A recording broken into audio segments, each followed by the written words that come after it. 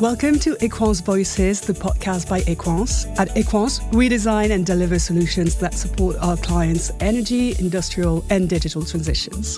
In this first series, part of our Break the Code initiative, we meet women working across industrial and engineering roles. Through their stories, we explore a simple conviction: we cannot build the future without women. All right, and now we are joined by Josephine. Josephine, hi, welcome to Paris. How are you doing? I'm fine, thank you. Hello. Hello. Josephine, you manage between 16 and 20 engineers maintaining heating systems across more than 13,000 council properties in the UK currently. Yes. So I want to start off by you telling me a bit more about your day-to-day activities and your current role at Equans, if that's okay with you. So I'm a gas supervisor at Equans. We have a Manchester City Council domestic properties, so it's council housing. The day starts early, quite often looking at the out of hours the night before, looking at what engineers have been called out. They do a 24/7 call-out service as well. The engineers tend to start floating in, so you can be surrounded by them in the morning. We look at the work, any questions about work. Quite often there'll be problems that need solving in the morning straight away. We have a toolbox talk once a month where we all get together and we go through any gas regulations or any company policy, anything. It's a chance for us all to get together, quite often a bake. And you call this a toolbox talk? A toolbox talk, That is such a nice way to say it. I love it. And when you say you have problems that needs to be solving early in the morning, what kind of problems are we talking about? It can be where there's been a problem the night before and that needs addressing, or the engineers have got a job and they don't understand what it is or what it needs, or it might need a specific part and they're not sure what that is. So there's lots of creases to iron out in the morning and it's a very reactive role. So if you looked at my diary for next week, it's starting to fill up. Already? The week after, it's empty, unless I have, meetings planned. So if you look at tomorrow, it's full. So things change very quickly. Very quickly. And what would you say leadership look like in such an operational, reaction-based environment? How do you build a good leader and good leadership in general? I think you have to have a good relationship with your staff.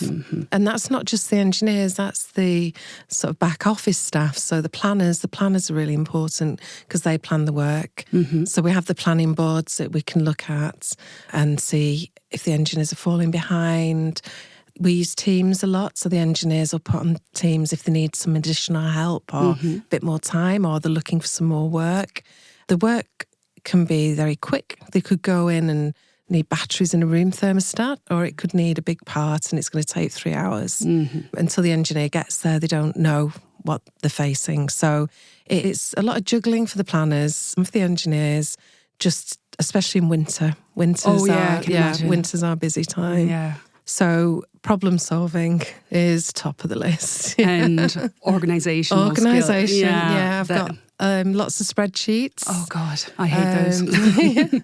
And then we've got things like I have to go out and do site visits. So health and safety is a priority. Oh yeah. So we do our AIMS visits and we also do work in progress visits where we go and check that the engineers have got the right PPE, are the ladders inspected. I do the ladder inspections.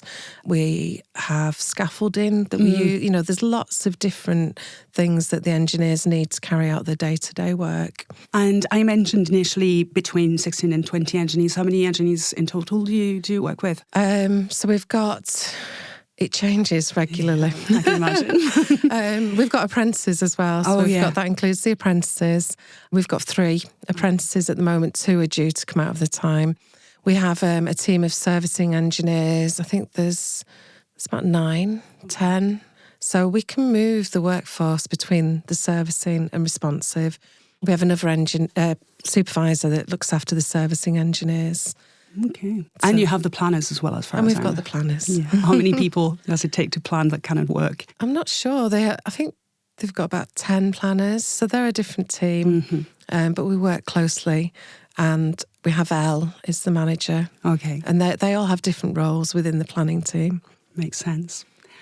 So your career began at a moment where you had to make a big decision, from what I understand. Yes. So you became a single parent to 3 daughters. How this moment influenced your career and your decision to move from a job to the other, if that happened? Yeah, I'd taken a baby break. So I'd been at home for 6 years and had no idea what I was going to do at all. I did actually work prior to having children. I worked for Manchester Council in the same area. Okay. So I was a housing officer, so I looked after the tenants in the houses. Okay. So the other side, not the maintenance side, I was looking at anything and everything. And I live in quite a rural town, so travelling isn't optional when you've got young children. And I sort of just stumbled across an apprenticeship with a large organisation, and age legislation had changed, so you didn't have to be under 25, I think it was, to be an apprentice. So I was in my early 30s and I applied not thinking, get it, but I did. And I started my apprenticeship and I had to travel to Leeds to do it. Luckily, my parents stepped in. Well, my mum was still working full time. My dad was working sort of part-time and he gave up work to look after the girls. Oh, that's super helpful. Yeah. I still had to do all the cooking. But yeah, he really enjoyed the mum's coffee mornings at school, PTA meetings. He did a really good job, actually. So yeah, that's where my journey to be a gas engineer started. It was hard. The travelling was hard. And being in a group of lads in their early 20s was quite hard. Yeah, obviously. Yeah. Yeah, I've learnt a lot. Yeah, I can imagine. And did you already have an interest in technical work before you started this apprenticeship? I've always been practical. Yeah. With my dad, we renovated my first house. Oh, okay. So I had Emily, my first daughter.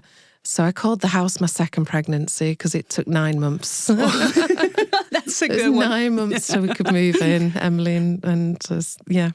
So we did everything. My dad's an electrician. Oh, okay. But he worked in TV. He did lighting and TV and film. Super helpful when you're renovating a house, I would say, yeah. So, yeah, I've always been interested, but never realised that I had the ability to be an engineer. I hadn't even led a radiator. So it was quite a baptism of fire. I realised quite quickly that the way that my mind works really lent itself to engineering. It's all about sequence of operation and how things work. I'm a bit obsessed with boilers and sort of things now, much to my husband's annoyance. Yeah. Well, I mean, there are worse things to be obsessed about, to be honest. I think he begged to differ on that one. Looking back, how did this decision shape the life that you have today? Hugely. Yeah. Absolutely. Because the capacity to earn money. Yeah. You can earn a lot of money, especially if you do call-outs, which enabled my daughters to carry on with the lifestyle that they were born into. So holidays and nice things. But the sacrifice for that was that I worked all the time. And it's only now, as they're adults, that they appreciate go to nativity plays. I didn't do sports day. My parents did them, so they had somebody there, but I couldn't do that. And that was the sacrifice as a woman that I had to make. Absolutely. Yeah. There was a reason for it. It was not out of the, goodness of your heart. It was just because, you had to bring money to the table pretty much. So you spent almost 20 years now working as a gas engineer. What did that job involve on a day-to-day basis? Pretty much what my engineers are doing now. Yeah. So you get your day book on a PDA.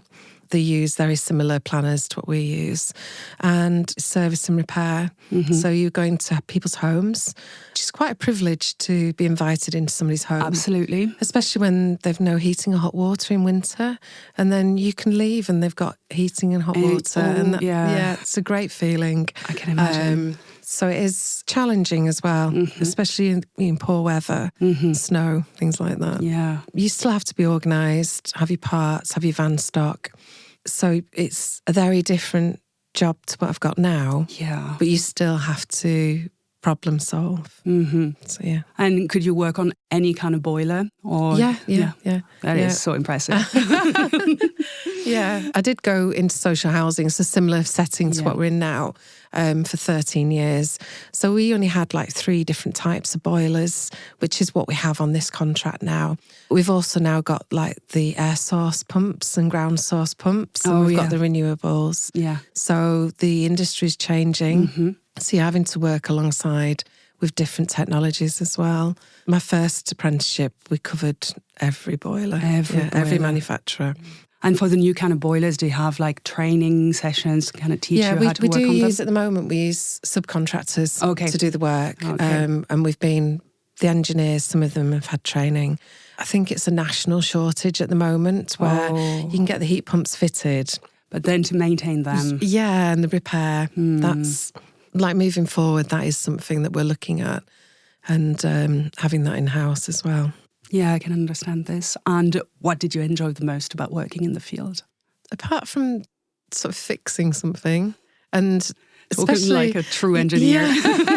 Yeah, and just where sometimes you're like really stumped, you've no idea, and then you have a little break and go back to it and you can sort it out. But I like people, I like stories, and, you know, again, the privilege of working in somebody's house and, you know, ask them. And kind of, making sure that they have hot water and heating. It's like, it changes the life for the better. Another level with social housing that, especially during the pandemic, you could see if somebody had food. Yeah. Have they got gas and electricity on? So you're invisible. You're there to do a job, but they're not wary of you like they would be if you were an official from somewhere. So you sort of, there's a lot of safeguarding. So my engineers will report if they're concerned about something. So you're just more than just an engineer going into somebody's house. Yeah, you get in a very intimate part of people's life in general when you get into their place, and you're not asking about a TV license or anything like this. So what are some misconceptions that people have about gas engineering? Oh, gosh. If any. I think the number of times people would say, I didn't realise girls did this job. Oh, really? That's a misconception. There's not very many women. I can imagine, yes. I think the last time, it's quite hard to get the data because you've got gender-neutral names. So if you ask Gas Safe Register, they struggle a little bit. I think the last time I spoke to somebody about it, they said 0.7%. Wow, that is really few people. When I've had a look before I came here, and I have scoured the internet, I've asked ChatGPT, and it came up with between 1 and 5. So I think we're probably nearer 1. Yeah, that is not a lot. No, really not a lot.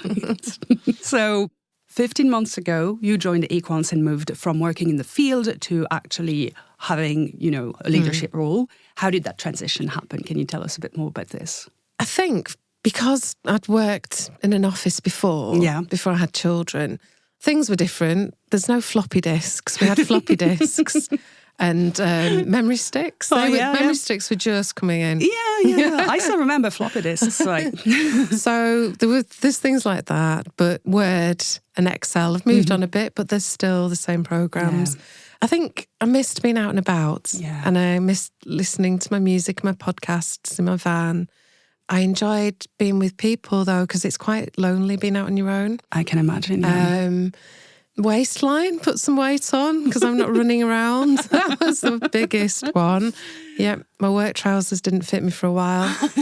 I think it's not been too bad. No. I think because I've got prior experience, even though it was decades ago, I was very worried. And I think Excel was the biggest thing that was worried about. I am still worried about Excel to this day. And I work on Excel daily. Yeah, I think it's a great team. I'm with a really good team. When I had my interview, I came away. When I Googled Equans, I couldn't work out what it was. It's such a big company and they do so many things. So when I went to the interview and I was told it was the contract that I used to work on as a housing officer. And so it felt like I was going full circle, really. Yeah. The people that interviewed me were great and the office had a nice feel. And I actually walked away thinking, I really want this job. Oh, this is the best feeling. Yeah. So from not knowing what I was going to be interviewed for, I was like, I really want this. Oh, I hope I get it. Yeah. And what motivated you to apply in the first place for this supervisor role? It was just, again, circumstance. It was a bit like becoming a gas engineer. It wasn't something I sought out and looked for, but I had been looking for a couple of years. I did want to come off the tools, being 50, and I was aware of sort of being a woman, and sort of estrogen affects your muscles and your bone density. And so it's a very physical job, I would wager. Yeah. So I was finding I had to reduce the number of tools in my tool bag. The girls are all settled. They've all moved out. Yeah. And it felt, it's a bit like it's my time to do something for me. Yeah. So I looked at different roles, still within the industry. I looked teaching at a college, working for a manufacturer as a rep, or training. So I looked at various different things, but nothing really felt right. But Equans felt right. And I got the job. Yeah, congratulations again. Oh, no. What would you say was like the biggest adjustment when going back to the office? I know you mentioned not longer listening to your podcast in your van. Is there anything else? No, I think... it felt natural. It felt natural, yeah. It felt just, everybody was so helpful. Yeah. And they're really funny. It's a really good office, really good team. And lots of laughs. Yeah. Since you moved into the supervisor role, what have been some of the things that you found most rewarding or interesting about leading a team, pretty much? I think it's when you start the day, and especially in winter, it's a bit like being at war.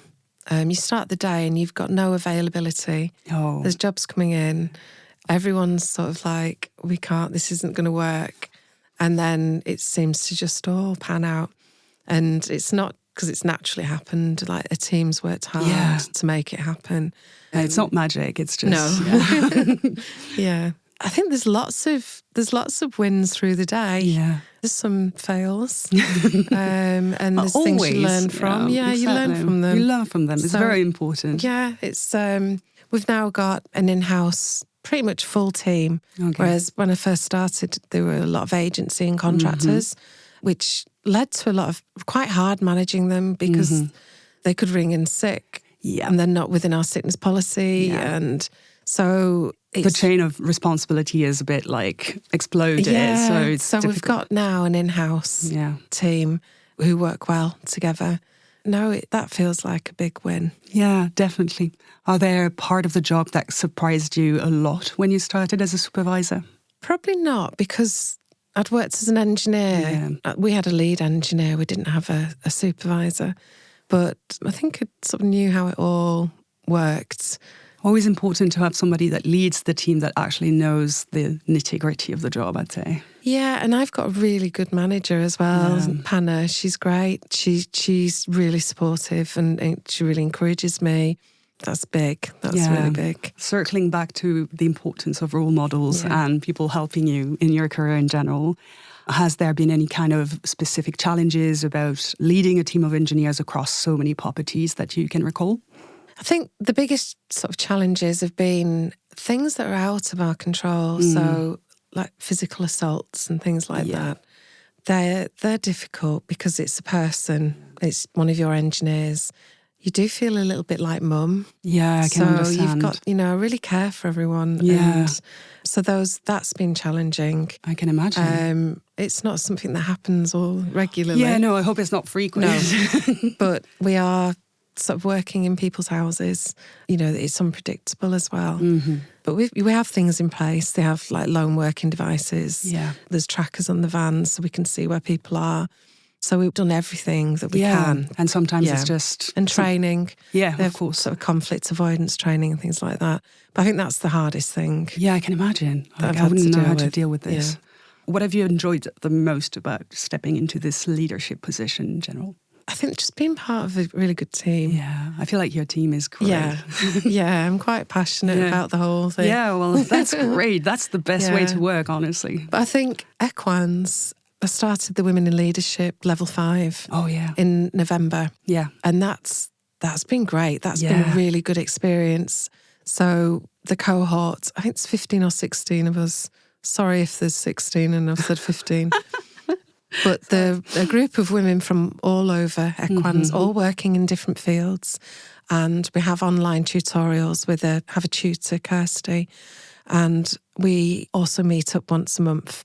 And it's been great. It's we all support each other. Yeah. It's quite hard studying and working. Yeah. Some of the women have also got young children, which I've absolutely no idea how they're doing all three. But that's been great. You get I've got a mentor as well. Yeah. So the mentor's part of the programme. And he's been great. It's like we meet every 3 weeks. I've never had a mentor before. And it changes everything. Much. It's really inspiring, actually. Yeah, so that's great. And what specifically have you been learning through this Women in Leadership program? So officially, we are operational manager apprentices. Okay. So it's a level 5, so it's foundation degree level. Okay. So we're just business operations, and I think last month was ESG. Just learning about different sort of processes, and we have assignments to do and presentations. There's also like the added bit that Equans have where we've done like our insights, where we look at what style of management we are.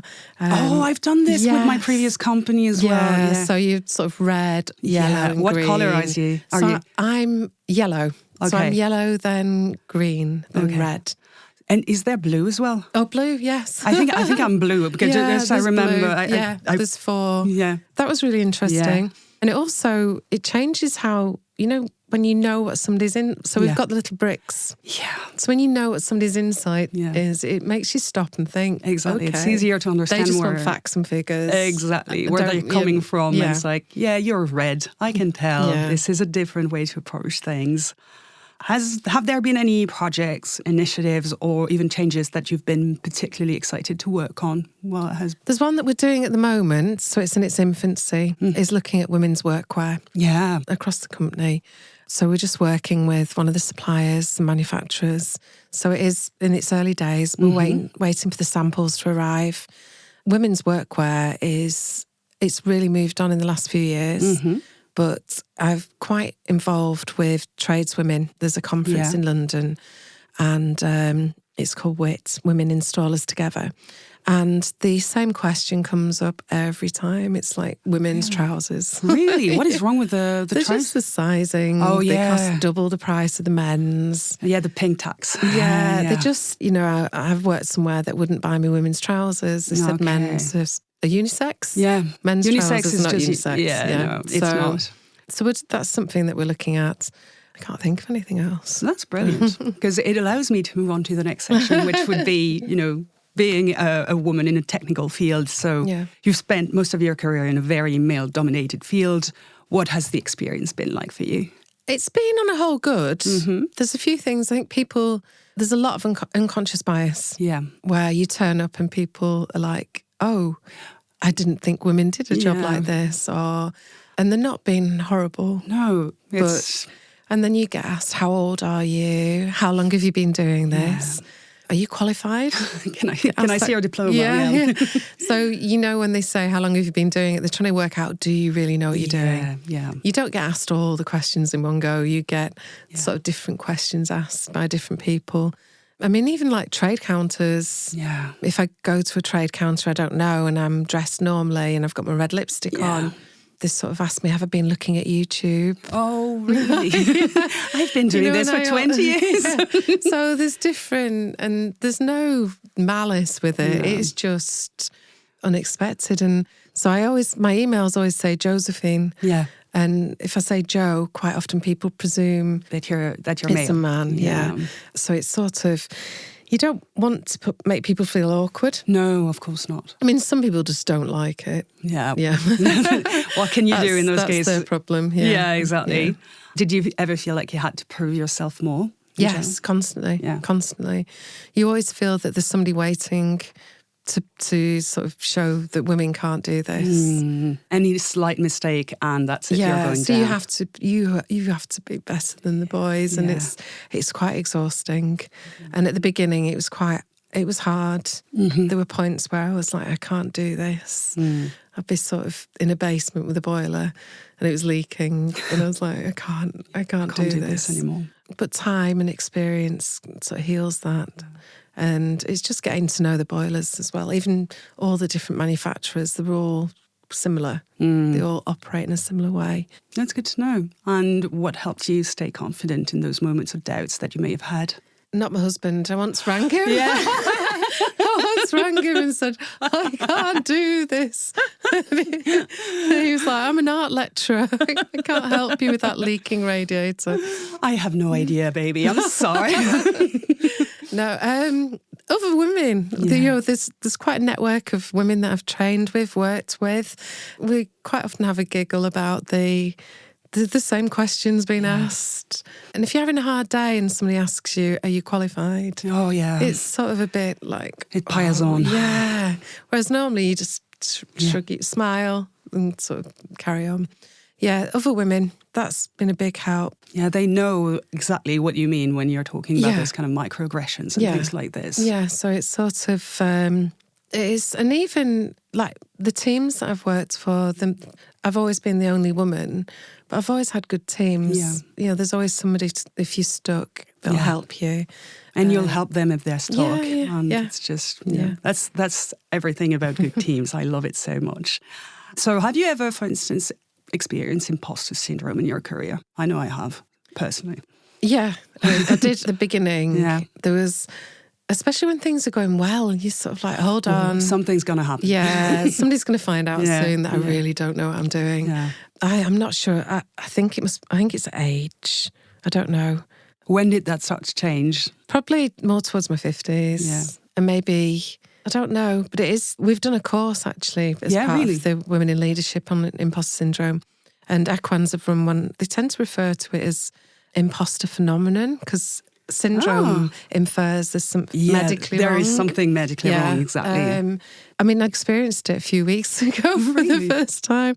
And I went to a Bouygues event and I went to put my coat in the cloakroom and turned around and our CEO was stood behind me. Oh my God. And I was like, oh. Like global CEO? Well, our Equans, Holland. So I ran to the toilets and sort of had a word with myself, came back out and I was okay. You can do it. But it was a bit like, why am I here? I'm just a gas supervisor. Oh, God. I had entirely your place in this place. There is no reason why you shouldn't be there. No, and nobody would ever make me feel like that. Not. But apart from my inner voice. Exactly, it's the inner voice that you need my inner voice. Yeah, you need to convince, you have every right to be here. Just have a word with myself sometimes, And I suppose that the support network that you mentioned of other female engineers helped a lot on this as well. Yeah, it really did.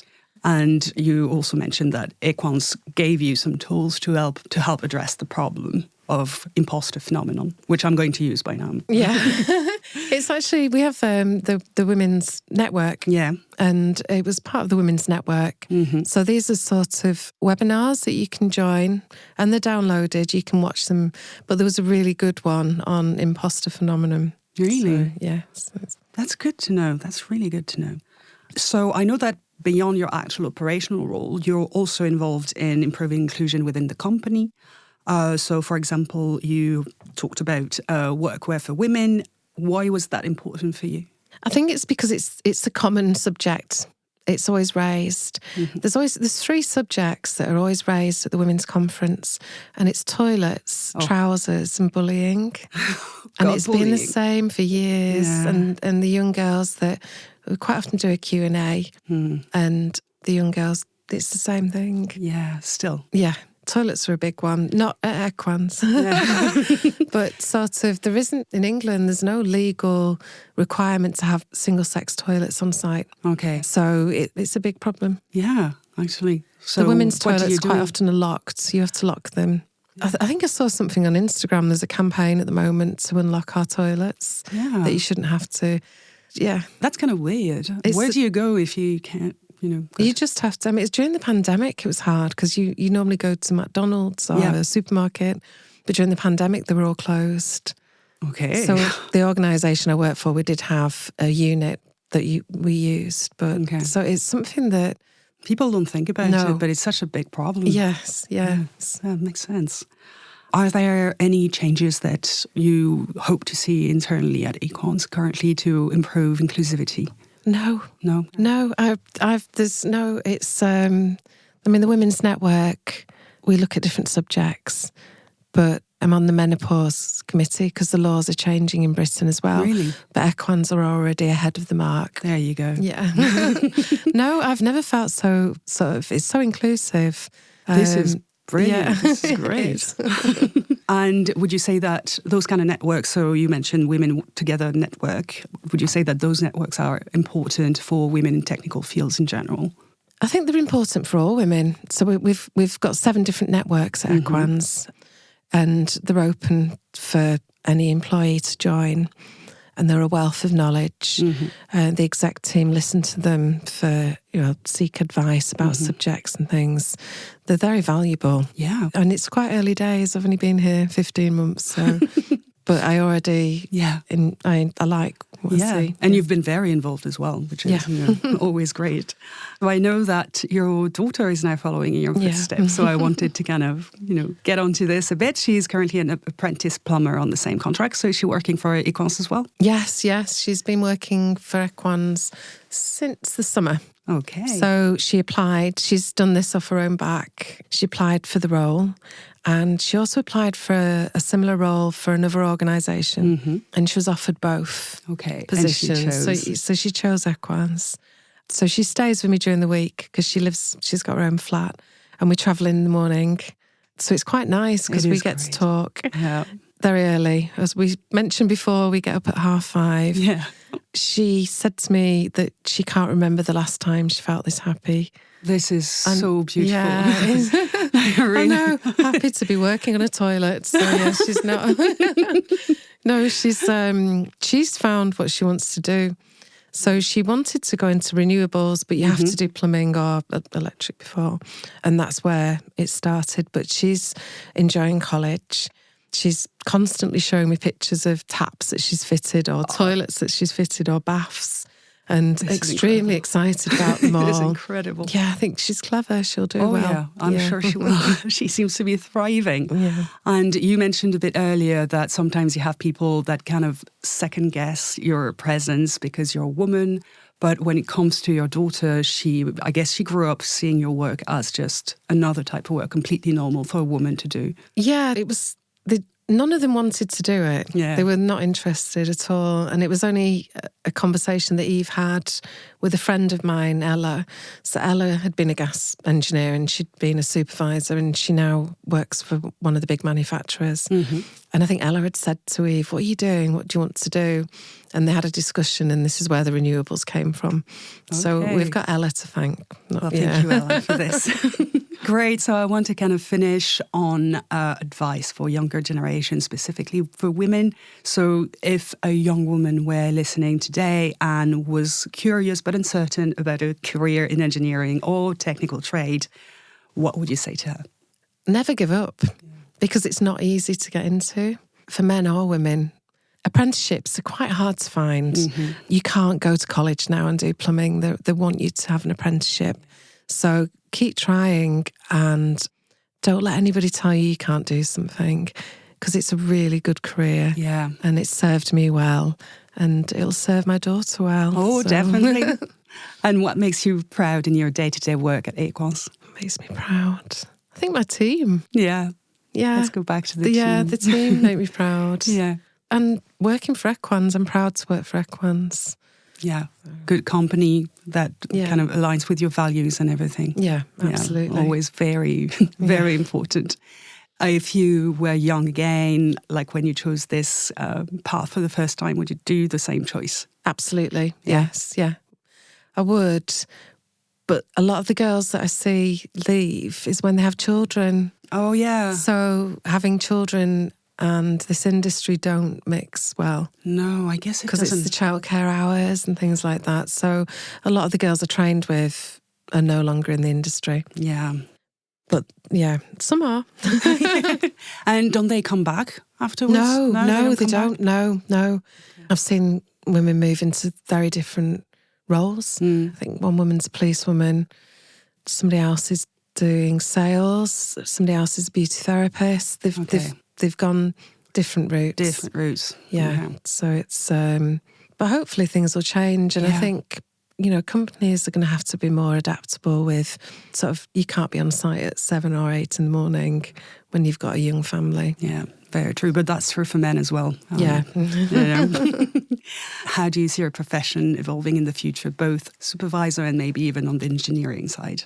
I think probably moving away from the engineering, more on the compliance side. Mm-hmm. There's a lot of compliance in my role. Yeah. So I'd like to progress, but within a sort of compliance area. Okay, that's good to know. In any case, thank you so much, Josephine. It was a pleasure talking to you. Thank you. I hope you have a brilliant rest of the day. And thank you again. Thank you. Bye. You've been listening to Equans Voices, a podcast by Equans. To find more about Equans, you can visit our website at www.equans.com. Thank you very much.